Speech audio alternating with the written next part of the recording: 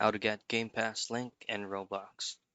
Now in this video, I'll guide you through for you to be able to get your Game Pass link on Roblox. It's very easy.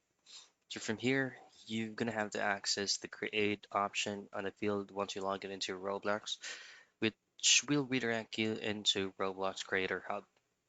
And once you're here, go into creations and then click on the current experience that you prefer.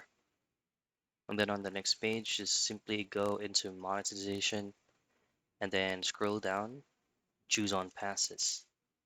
Now these will all your game passes will show up.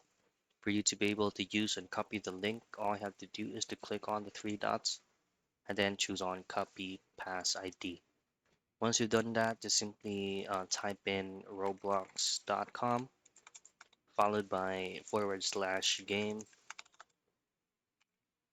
and then dash pass / and then just simply paste the Game Pass linked ID that you have copied earlier.